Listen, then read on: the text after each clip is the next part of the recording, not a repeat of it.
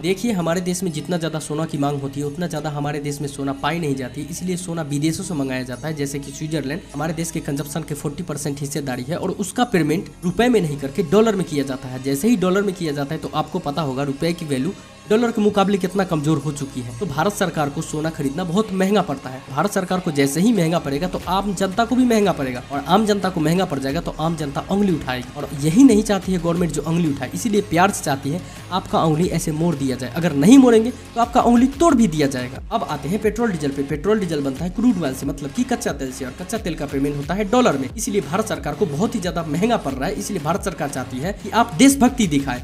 हाँ, वो बात अलग है जो 2011 से 2018 के बीच में रुपीस में ही ट्रेड किया जाता था, मतलब ईरान से तेल हमें मिलता था तो ईरान को पेमेंट डॉलर में ही न करके रुपीस में कर दिया करते थे, और उसके बदले में तेल दिया जाता था, और उसके बाद भी क्रेडिट पे मिलता था 60 डेज के। मतलब पेट्रोल को रिफाइनरी कर लीजिए, उसके बाद पेट्रोल पंप पहुंचा दीजिए, पेट्रोल पंप से जब तेल बिक जाएगा उसके बाद पैसा आएगा भारत सरकार के पास, फिर से पैसा दीजिए, ऐसा सिस्टम था। लेकिन हमारे मोगली जी डोनाल्ड ट्रंप के बहकावे में आकर के डॉलर के यूज करना चालू कर दिए, ईरान से रिश्ता खराब कर लिए, उसके बाद बहुत ही ज्यादा महंगा पड़ा। तो वो दिन देखना पड़ रहा है। मित्रों, देशभक्ति आपको दिखानी होगी, तेल का कंजप्शन कम करना होगा।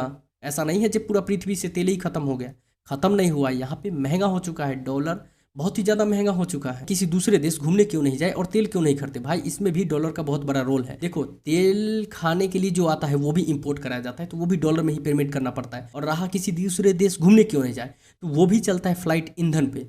तो ईंधन हो चुका है बहुत ही ज़्यादा महंगा, तो टिकट प्राइस बहुत ही ज़्यादा बढ़ जाएगी। इसलिए गवर्नमेंट ये नहीं चाहती जब आप बाहर जाओ और अपना देश का पैसा अपना ही देश में रखो। और सबसे बड़ा मुद्दा ये है, जो एयरलाइंस कंपनी होते हैं वो भी जवाब दे चुकी है कि भाई हम डोमेस्टिक एयरलाइंस ही उड़ाएंगे, मतलब इंटरनेशनल नहीं लेके जाएंगे, क्योंकि हमें बहुत ही ज़्यादा कॉस्ट महंगा पड़ रहा है और उतना ज़्यादा हम टिकट प्राइस बढ़ा नहीं सकते हैं।